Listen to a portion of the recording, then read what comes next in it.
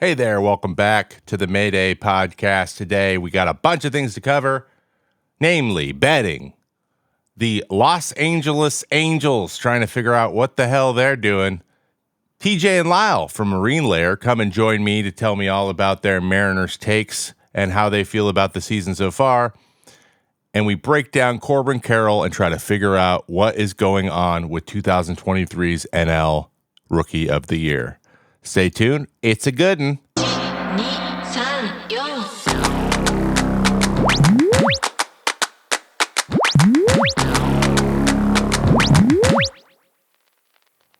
Hey guys, welcome back to the show. It's been a few days, and I'm figuring out that this is kind of the cadence we're going to have, and I'm loving it. I'm having a good time. So let's talk a little bit about some of the big news around the baseball world the last few, couple weeks probably. I already did a very in-depth video on this, a quick hitter, if you will, on my YouTube channel, youtube.com/Trevor May Baseball. Go check this out if you're interested in hearing more. But when the news broke about Tucupita Marcano, is it Marcano, sorry. He has been banned for life, and he's the first person to be banned for life for betting on baseball since Pete Rose, the infamous Pete Rose. This comes on the heels of all the Shohei Ohtani betting scandal stuff, figuring out whether or not he had anything to do with Ippei's situation. Then David Fletcher comes out, even though these guys weren't technically betting on baseball. They were betting, and they were betting large amounts of money. David Fletcher also used the same illegal bookie in California to do a lot of his own betting. Actually, he's the one who introduced him to Ippei. And then another California player, Tucupita Marcano, with the San Diego Padres, it comes out that he has bet dozens of times on baseball games and has made about a couple hundred bets on all sports over the last couple of years on all of the platforms that you would assume they've been on. I don't know the specific names, so I'm going to avoid saying any. But he was banned, and he is gone. And there were four other guys, two of which were in the major leagues at the time, also are receiving 1-year suspensions for betting on baseball as well, even though they weren't on games that they were involved in. So they were like, I don't know, sometimes a couple of guys were in the minor leagues and they bet on the big league games, which there's no excuse for any of this because there's a very clear rule, also kind of shown in depth on that same video I mentioned earlier. Rule 21 that explicitly states and says the consequences for betting on sports, betting on baseball, and then betting on games that you are involved in or have insider knowledge in. It's pretty clear. These things were pretty set in stone. Pete Rose was our example. They set an example of him, and I feel like for decades we heeded that example, but suddenly, out of nowhere, not one guy, but 5 guys get suspensions. That's odd. It's odd, but it's also not odd. Obviously, baseball and all sports, not just baseball. I want to be very clear here. You know, I can be a huge critic of Rob Manfred and those guys all day. I actually spend too much time blaming everything on them, in my opinion.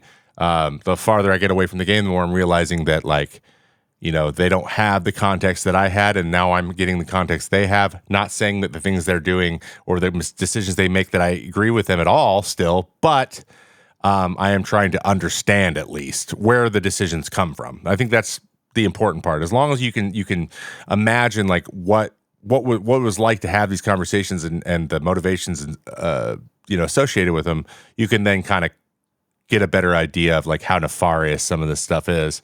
And it comes down to like bottom line. There's a lot of fear in sports, but namely baseball, with the RSN thing and how like TV's going away and no one watches it there, and the ratings are going down and they're constantly going down, and the demographics watching baseball, they're just getting older. They're like the average age of a baseball fan is going up almost a year every year, which is not a good sign. That means that there's not a lot of young people coming in, and young people like to bet. And since the Supreme Court overturned this PEMSA, is a bill basically just outlawing sports betting. That has been overturned by the Supreme Court, surprise, and they have given it up to the states to decide whether or not it's legal there, which Whatever you think is good or bad for society is your opinion to have. But in general, gambling is, in my opinion, a slippery slope, can be, and so there's a very fine line, and you're just creating more situations where people have to have like constantly think about every little decision they're making because no one else is, if that makes sense. And the more you do that, the less healthy society gets generally. But again, that's a bunch of existential stuff. We're not going to go into that. Betting's generally fine. I don't have an issue with it. It really doesn't affect my life at all, but you can't always make every decision like that. Anyway, the fact that guys are betting now more, or like betting on baseball, or thinking the consequences aren't as big, are kind of like, duh. Like, why would we think this wouldn't happen? Especially young guys coming up. Eventually, these things, like if you get away with it, or you go from somebody who no one's really paying attention what you're doing in terms of that, and then you get to the big leagues, suddenly people are paying attention and you've been doing it for a while, then these things can kind of come to a head. And I'm assuming that's something like that has happened recently. But betting's everywhere in baseball. It's all over the place. It's like I made the anecdote, or I made the comparison, not anecdote. I made the comparison in my video between parents and their kids. So if a kid, is being told, hey, if you do this behavior, for example, don't drink underage drink, or don't, that's not a good example either. Don't eat candy. Let's do that. Let's use this as the example. I said, if parents telling you to not do something and then they do it all the time, the chances you try it and don't really take the consequences as seriously go up. And that doesn't mean that it's okay. That just means that it's less surprising when that something like that happens. So what if your parents were like, hey, stop eating candy. Candy's bad for you. Candy's bad for you. Candy's bad for you. I don't want you to eat candy. And then they buy a candy store and own and operate it, and then you're around a candy store all the time. What are the chances that you start eating more candy are? High. They're high. Now, there's one caveat to this. You're not a child. You're an adult. So adults need to have the discipline to not break rules that are very explicitly put in writing, and also the consequences attached to them are also explicitly put. So there's just no excuse. And it's just maybe this serves as a reminder that rule exists. And unfortunately, a player got his career went away for that to happen. But again, the onus is on him because the rules were clear.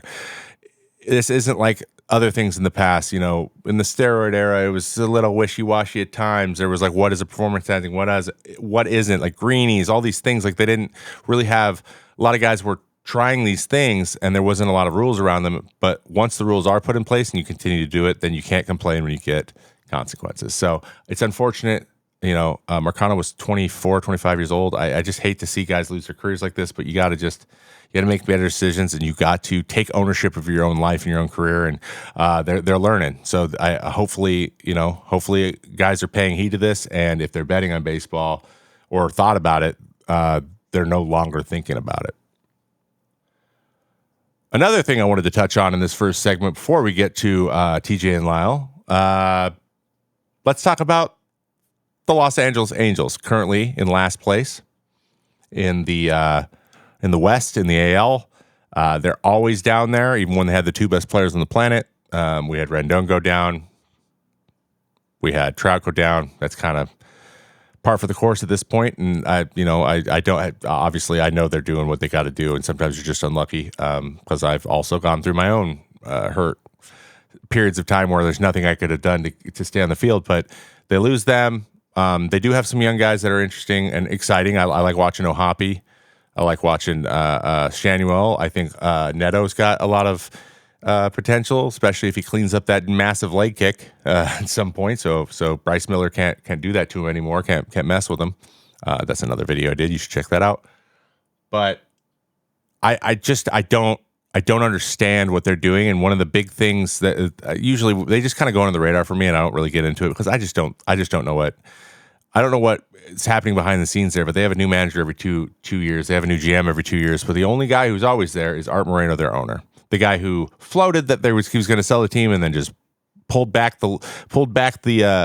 off the table randomly because he just flip flops all over the place. And from what I've heard, that's very, very Art Moreno. That's very much him. He just like has an emotional reaction to something and then changes someone's life because of it. And that's very much how he operates, which is astounding considering that he's a billionaire.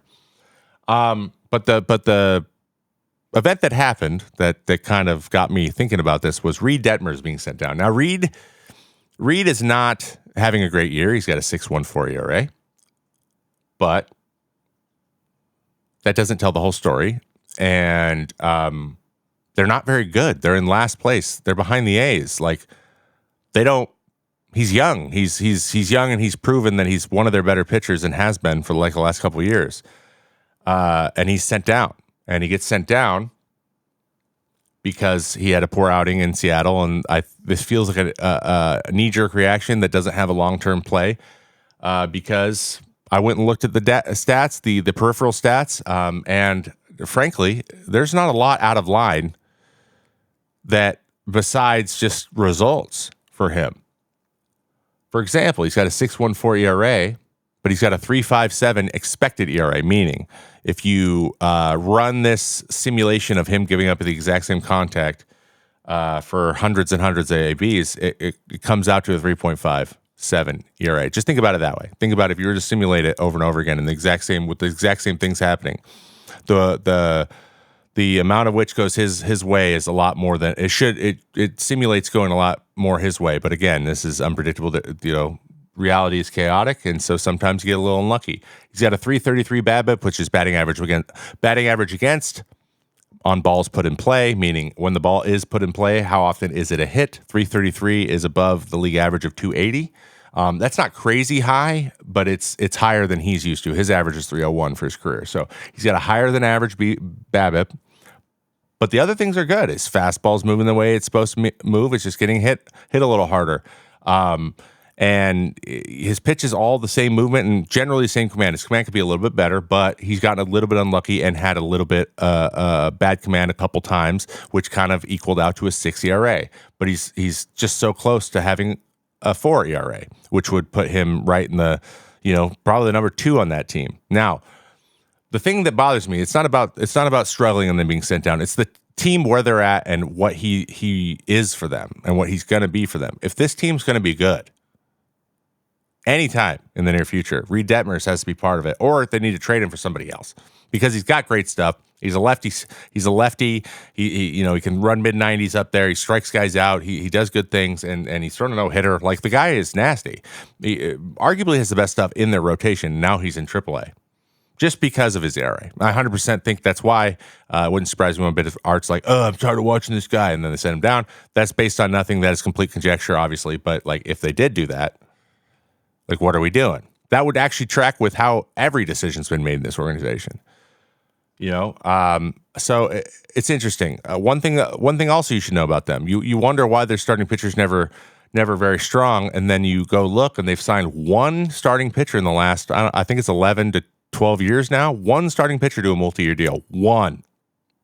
They signed Robert Stevenson to a 3-year deal last year. Signed Aaron Loop to a 2 or 3 year deal before that. But they won't sign a starting pitcher? Or is it because they're too expensive? I don't understand. You can't win without starting pitching. That's like baseball 101, and they just don't have that on their list of things to do.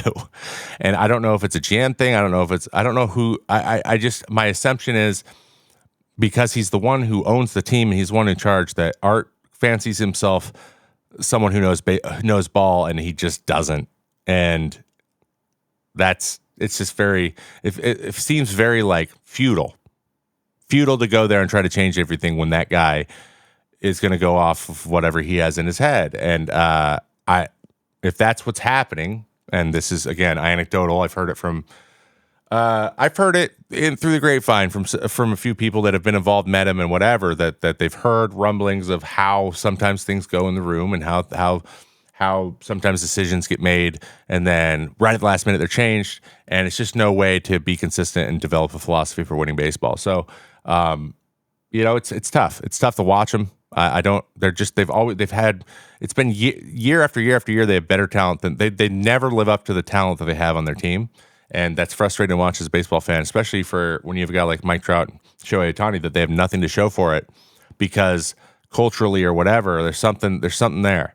Now, anyone who looks at Mike Trout and says, you know what, like, you got to be like one of the stars. You got to be like Michael Jordan of your team. You got to be like LeBron James. Baseball isn't like that. You don't have one guy in there that's like, I'm going to carry us, because if he's hitting a homer every at bat, he's going to walk up to that plate in a big game, and they're going to walk him 4 times.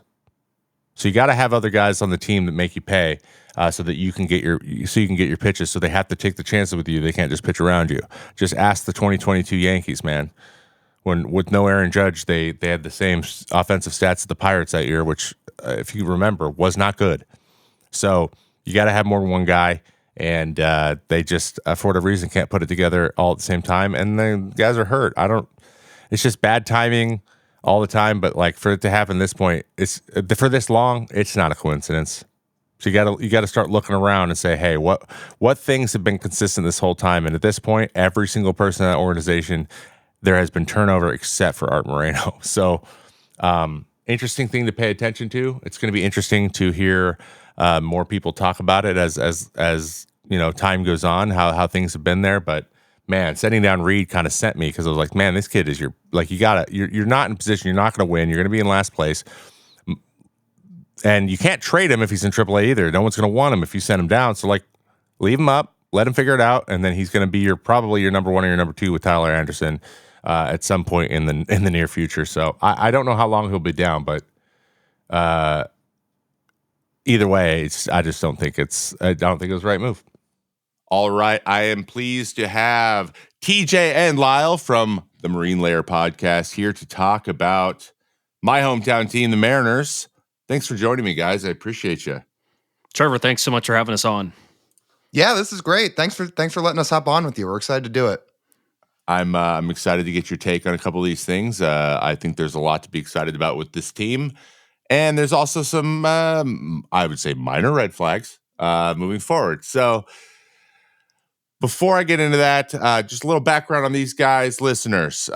They've done some awesome videos on a lot of the short form videos. One of your favorite series you guys do is the when you propose the trades. I love that. So if you notice a theme here with this interview, that's probably why. So I can't wait to get your take on some of these stuff. But you know, one or both, feel free to each give your own answer. How do you guys feeling about the Mariners and their performance right at this moment? How are we feeling where we're sitting? Well, Trevor, I think you caught us at a good time recording here on a Monday. So this past Friday, the Mariners did something that they don't normally do, and they fired a coach in season, and they fired their quote-unquote offensive coordinator, bench coach, Brant Brown, to jumpstart things, because as we've seen so far, the offense has been an utter disappointment, and I think that's where ultimately this season lands. It's been a story of excellent pitching and extremely underwhelming, disappointing, and frankly unacceptable offensive performance, because Lyle and I had discussed at the beginning of the season that the offense should have been a lot better than it's performing right now.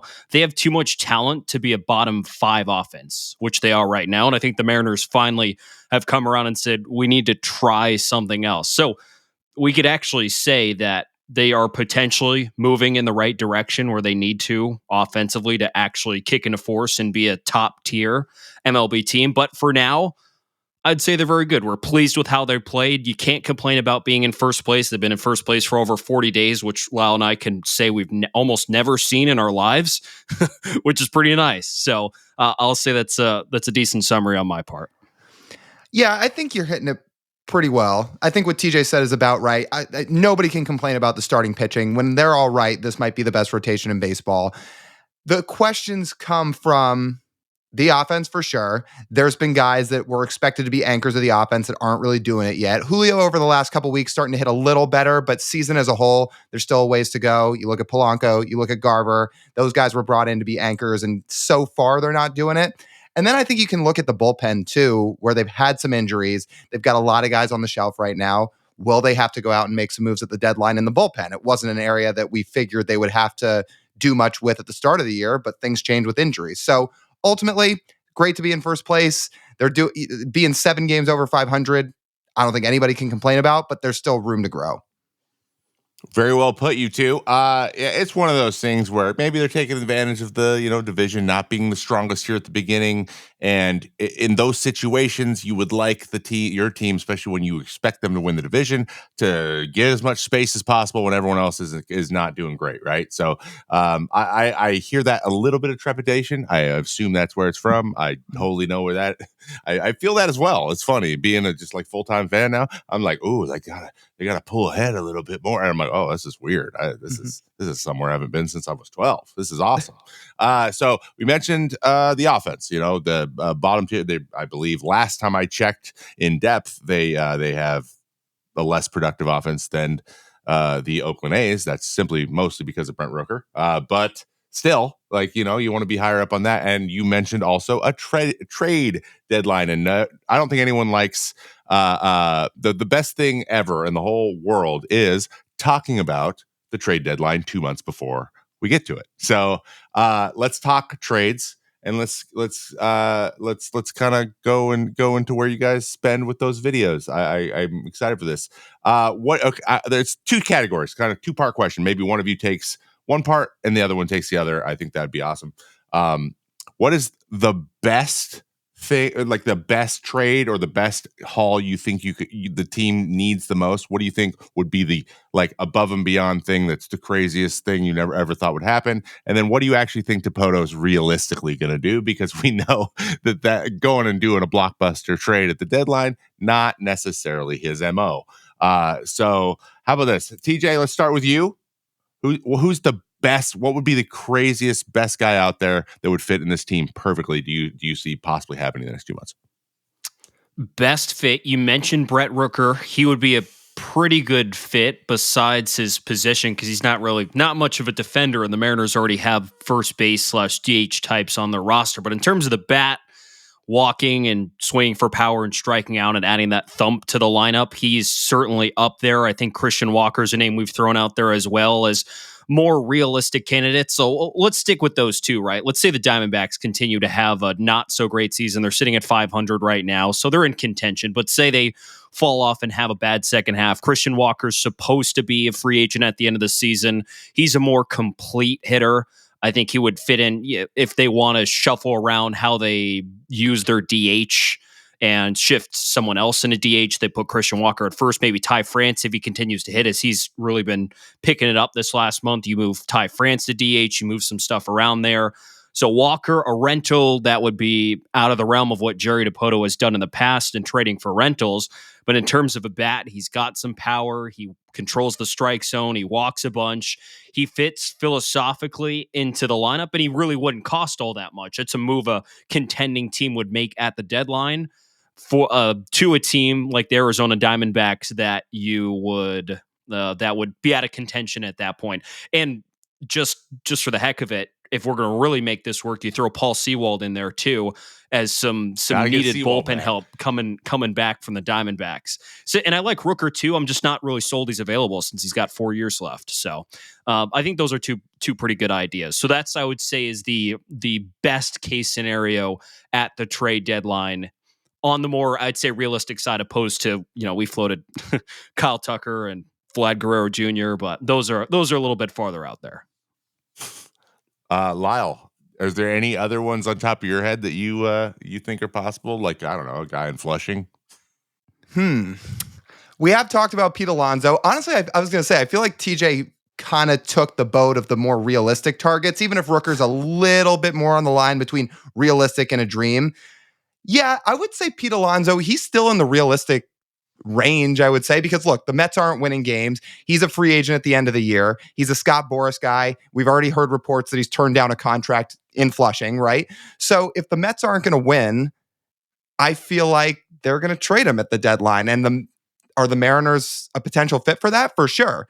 Now, the more Ty France hits, I wonder the less and less Jerry Dipoto's inclined to go after a first baseman. That being said, let's see what it all looks like in late July, because if things look a little bit different in late July and the Mariners just say, look, we need a bat, we need a DH, we'll figure out the positions later. Ty France and Pete Alonso could split time between first base and DH.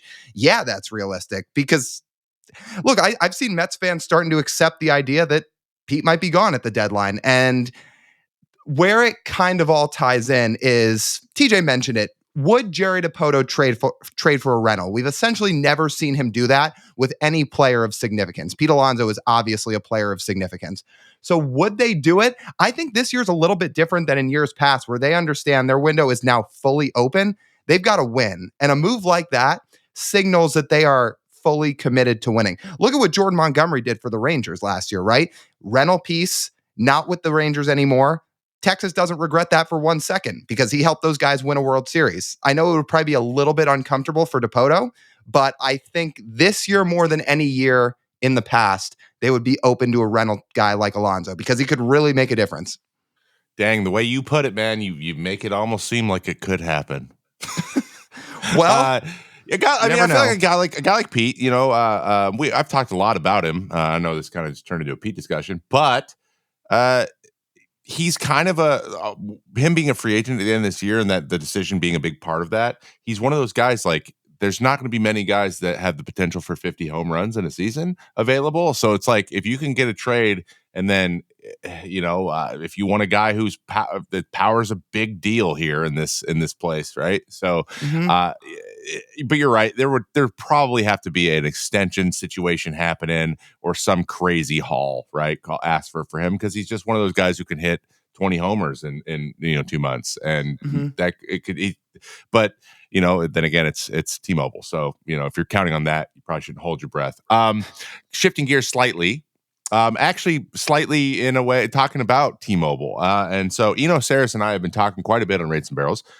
We went really deep into it in a meeting once, just talking about what is it really about T-Mobile Park that is so hard to hit in. It's not just the ball flight, because I grew up here. It's not the best place for ball flight, but it's also not the worst. We're not in the ball's not just dying. San Diego's a different situation, right? So like the MarineLayer is different there, and I accept that to a point, but we have a theory, and based on extensive research of interviews, namely Teoscar Hernandez and a little bit from Beltre, that there's something about the angle of the batter's eye that is kind of discombobulating, that is hard to it feels like you're out of line with the pitcher sometimes, like during day games as a right-handed hitter. I don't know if you guys have seen this, but I noticed that too, that it's a little bit of a different batter's eye than a lot of places have. Do you think there's any veracity to this, or are we just looking for anything that isn't the normal excuses? Because I'm sure you guys have thought about this a lot. I'm sure you've talked about it a lot. So I'm interested to hear your take. So, Trevor, I don't think that's the worst take in the world, because you're right. It is curved, right? It is not a standard, normal, black, square, flat batter's eye. It's not.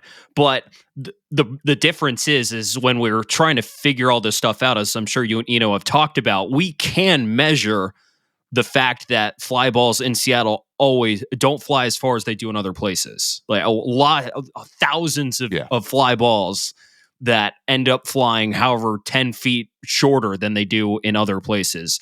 Meanwhile, the batter's eye, I guess to each their own. It might be a person by person thing. Like Nelson Cruz, for example, who had 4 of the best seasons of his career in Seattle, didn't have any issue with a batter's eye like that. Now, here this year, you could say, well, Mitch Garver is struggling with that batter's eye, or Jorge Polanco is, or maybe. Yeah, or you could say Jesse Winker in the past, like these other guys that it didn't work out. You could say that. It's interesting. I'm just not sure how exactly we quantify that. And especially on our podcast, we like to have numbers to back up things we say. And I don't know how you'd measure that.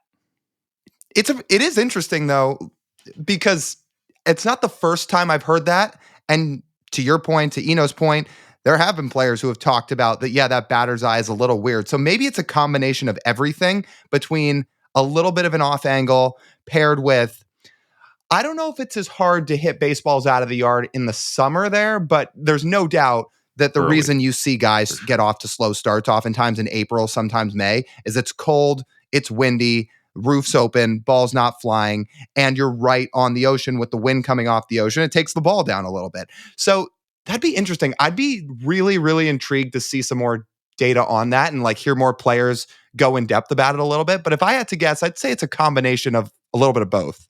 It always is, isn't it? It's very interesting too. The park factor is definitely there, right? They're bottom, 7 every year. So there's something to do with that. This actually what really sparked my interest is I try to pay attention to like when guys are talking about it and they're working through it. Like I don't really know what it is, but what they're saying. Teoscar said, "Yeah, I don't feel like he's like my depth perception, like it's farther in the left side of the hit batter or of the pitcher than the right side of the pitcher, and that's weird. It feels like I need to turn my body." And I was like, "That's that's an oddly specific weird thing to say." Right. And Teo's a guy who last year struggled at T-Mobile. That would make 100% sense for him because if he had 81 games like he had on the road at T-Mobile Park, people would have been hammering their desks to re-sign Teoscar Hernandez in the offseason. Instead, it was the opposite. Yeah, it's weird, and I feel like there's for some guys too. They disappear like they can't hit it at all. It goes from they're good hitters or solid hitters to cannot see the ball even when they're visiting. And maybe it's just certain people, or maybe it's like a certain guy who's a certain height or something. Something weird, or where you stand in the box. But that was just a very oddly specific thing to say. And then it's the swing and miss too. Like there's not a lot of parks where swing and miss increases like it does here. That's one thing that's kind of special about T-Mobile. So I don't know, food for Trevor, thought. What would the difference be of T-Mobile Park and then somewhere like Fenway, which also has a curved center field fence? I'm trying to think, and that's what's interesting to me is the way. So the one in T-Mobile's kind of disappears into the concourse back there, right? So it kind of just goes into darkness where fans are. But in Fenway, it's all one solid piece. So it's just hitting a wall again, even though it's not flush. That could make you feel. It could feel like it's like not disappearing into the distance. I see what they mean when they say that, but the fact that everyone's confused when they're trying to articulate when they talk about it means it's like not very easy to tell. You just feel uncomfortable, and I'm just hearing that more often than I would have expected to have heard it. It's one of those weird like, are aliens really weird because are really are watching us because people keep seeing lights in the same place? So maybe it's conspiracy. I don't know, but I thought it would just be food for thought, and I thought, you guys have. I know you've talked about it a lot, so I thought I'd get your take. But I got one more for you, and I try to end, especially when we're talking about some struggles and some when teams need to figure things out. I like to end with a little bit of positivity, and we are in first place, so that's exciting. We talked about Polanco, we've talked about Garver. For this offense to get going, specifically, who do you guys feel would make the biggest impact on improving going forward? So just like give me two guys that if they get up to kind of close to where their normal numbers are, it'll take this offense from 28th to that, honestly, just middle of the road. All we're asking for is middle of the road. I'll knock out the easy one. Julio Rodriguez still slugging Trevor under 400 this season. It's just been astonishing how low his slugging percentage this year, that the Mariners are sitting here in first place with Julio playing about as bad as he possibly could at the plate. So he's number one. And I think he's turning it around as the weather warms up. He's too talented to be this down forever. So the ball's going to start flying with him. He's going to start hitting in the air. He's going to start slugging more. And then all of a sudden, those Mariners slugging numbers are going to come up, and it's going to lift the overall offensive profile up. And then second, Cal Raleigh, I'll say too, because Cal's been in a bit of a slump here recently. He's been striking out a lot, and they've been still, especially this past weekend against the Angels, been scoring runs without him necessarily performing well. But Cal Raleigh's really what this offense needs, because around Cal Raleigh, it's not an elite power profile. I would say Julio Rodriguez. It's not an elite power profile. But when Cal is there supplementing the power and has as much power as any catcher does in baseball, it lifts up every other position on the field, because then the Mariners have something that most other teams can't offer, and that's a catcher that can hit 30 bombs a season. And those 30 bombs are so important. He comes up with them in enormous spots. Everyone knows the clincher home run, but he has hit just enormous home run after enormous home run, always give you a good at bat. And especially this year, he's turned it around a lot, batting right-handed as a switch hitter, and that's been really nice to see. And it'll be really nice to see as the weather continues to get warmer that he goes into the summer, turns it around, and helps this offense kick into gear. We've knocked out a couple different guys here, but I'm going to give you two new ones. I'm going to say Awesome. Ty France and JP Crawford. Two guys who now over the last couple weeks are really starting to swing it. And subsequently, you're starting to see the Mariners offense really trend in the right direction. It's not all the way back yet, but they're really taking some good steps because these are two guys who have now very notoriously gone to Driveline in the offseason, tried to rework some things, tried to really take a step, I'll say forward for JP Crawford when he first got there, and a step back to where he once was for Ty France. And now all of a sudden, while those two guys didn't get off to the greatest starts, JP Crawford went on the IL, came back, and now over the last 2 weeks, he looks like the JP Crawford that was lighting the world on fire the entire second half of last season. And then Ty France, I mean, I can't say enough great things about Ty France. This guy just put up a 142 weighted runs created plus for the month of May. So he was 42% above league average as a hitter after what was a tough April. And you're starting to see those results that he put in at Driveline come to fruition. And you're starting to see the old Ty France again. You're starting to see him hit with a little bit more power. And when those two guys are really clicking, when they're at their best, that does wonders for this offense because those are two guys toward the top half of the lineup that can really make a difference when they're at their best. And right now they're doing it. So if those two guys keep it up, the offensive ceiling of this team takes a big step forward. Awesome picks. You know what? I'm going to throw in my two picks. And they're ex-teammates of mine, Mitch and Polo. You guys got to figure it out so that we can get six guys all just cooking. And then suddenly we got the best team on the planet. So, I mean, it's right there for the taking. Thank you guys so much for joining me. I really appreciate you. I just really do. It's awesome. I'm so excited. I'm having a great time doing this. So thanks for being like my third guest ever. I appreciate it. Okay. So before you go though, we got to know, where can everyone see all of your stuff? Where do you want them to go? Appreciate it, Trevor. And yeah, for everyone who wants to find us, we're at MarineLayer Pod. You can find us on X. You can find us on Instagram. You can go find us on YouTube as well, MarineLayer Podcast on YouTube. We have full episodes there, and we do have all of our shorts there, just like we post on Instagram. We'll post them on X and TikTok as well, at MarineLayer Pod. And then you can find the podcast wherever you get your podcast, Apple, Spotify, wherever you might find it. We'll be there. And if you see us at the ballpark, if there are Mariners fans listening, always feel free to stop us and say hi. We love to talk to Mariner fans. Oh yeah, they are always at the park, guys. And hey, maybe I'll see you guys there in the near future too. I'm still gotta go to a game. We gotta get you out there, Trevor. Yeah, I'll be there. I'll put my pass on and I'll surprise all the guys in the field. All right, thanks guys, appreciate you. And that's it. All right, thanks, Trevor. All right, for our final subject of the day, Corbin Carrol, the reigning NL Rookie of the Year, is struggling his face off this year. And for a lot of people, it's just downright bewildering. They do not understand what happened. Quick rundown on his statistics for this year so far. He's hitting .202 with a .290 on base and a .578 OPS. Only 2 home runs, both opposite field, which is kind of weird, and only 10 stolen bases. Now, there's not a ton of red flags here, okay? Let me be very clear. The walk rate is pretty normal. He's striking out under 20% of his ABs. So he's still making contact. He's still getting the ball in play and running. He's still walking at a good rate. He still is, almost plus 100 points on between his OPS and his batting average, which is kind of a good rule for me.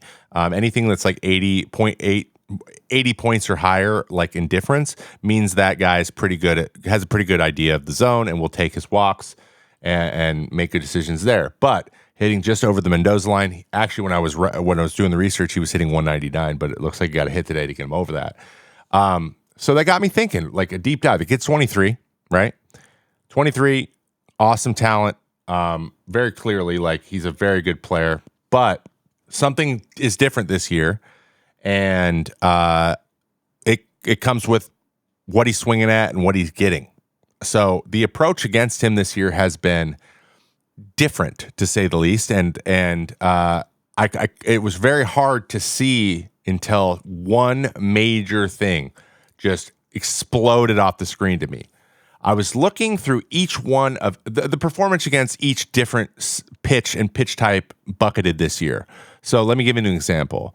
On the 4-seam fastball this year, his swing and miss in zone. So here's the thing about this statistic. A whiff rate in the zone means when the pitch is in the box, of those pitches only in the box, how many are swung and missed at? And when there's a high rate of miss when the pitch is a strike, it's something they're struggling to see, or there's something happening where they're being fooled more often than others, right? So when there's a spike, when there's a pitch that goes way above all the other ones, that's something you're like, okay, this pitch is probably the root of the other symptoms.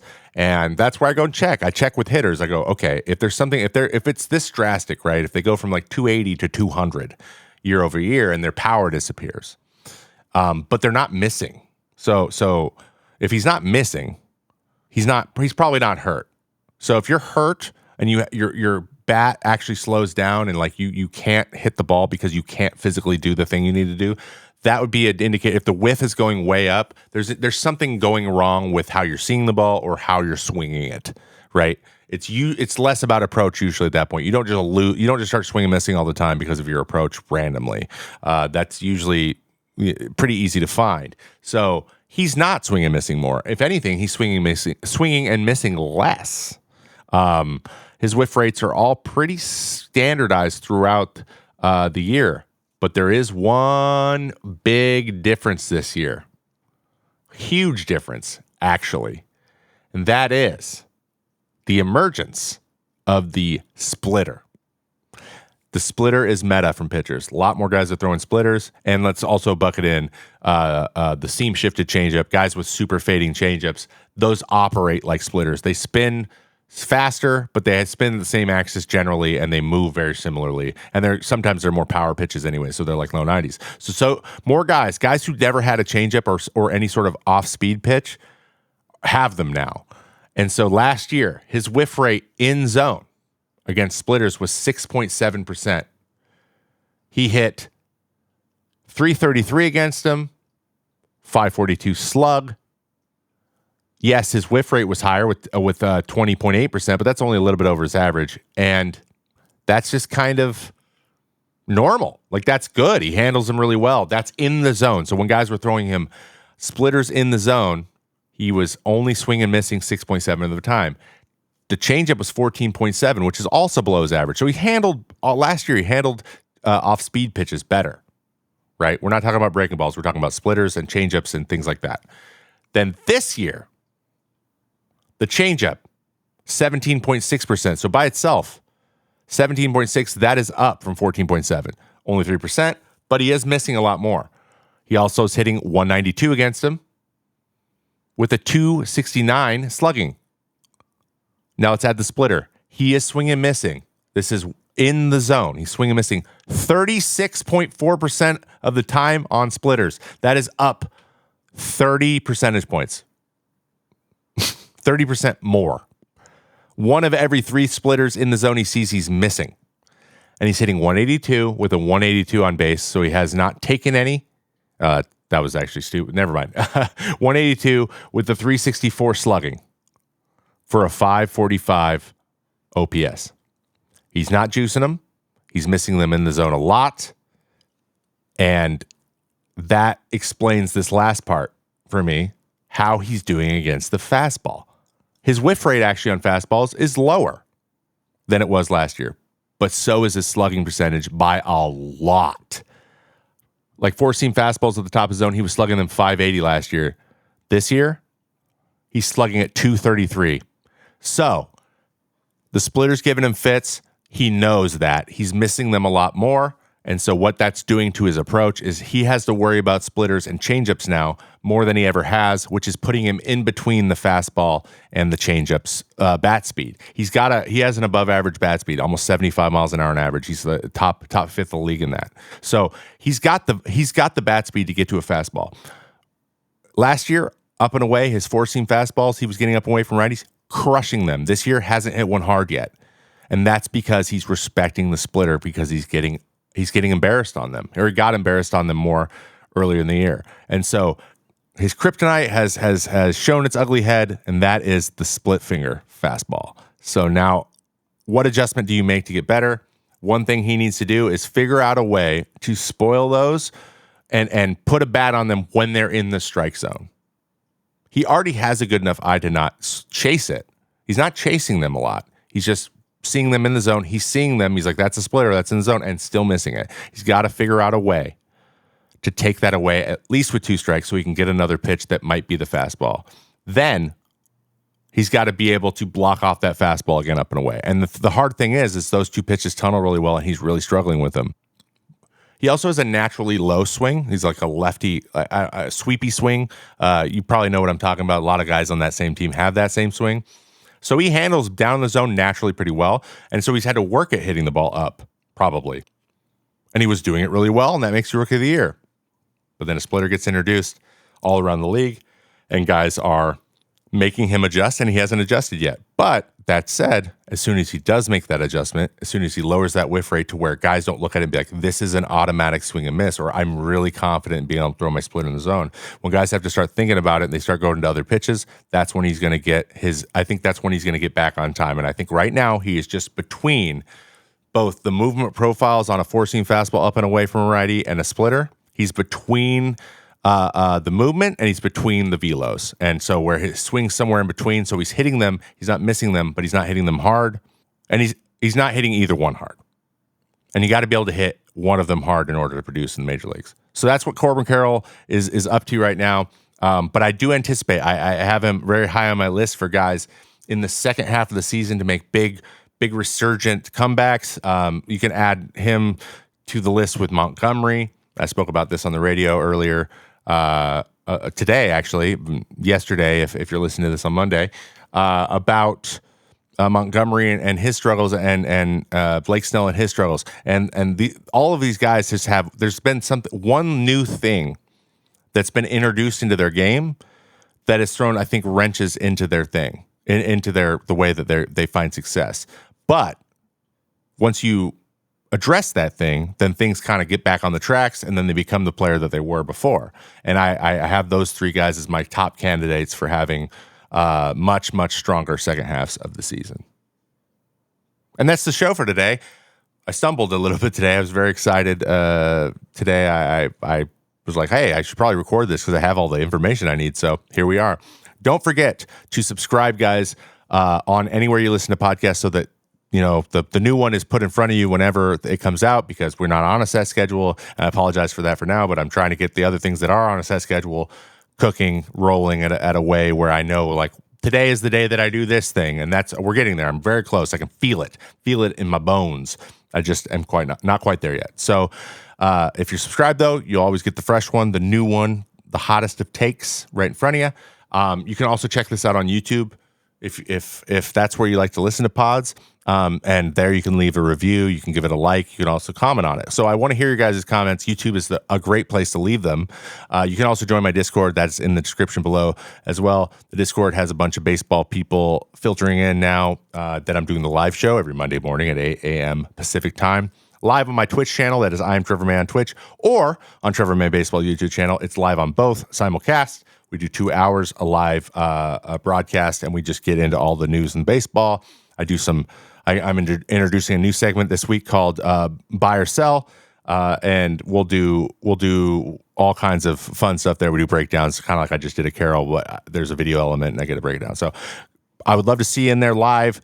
You don't need a sub. It's free to watch. You don't need to do anything. I just want you there. Come hang out. And if you want to participate in developing the stories and coming up with more stuff to do on that live show or on this show or whatever, the Discord's the place to do it. So I appreciate you. I love you, and I hope you have a great week ahead, because I know I'm gonna, because it is sunny, it is beautiful, and it's just a good time to be alive, guys. Enjoy the baseball this week, and I'll see you next time.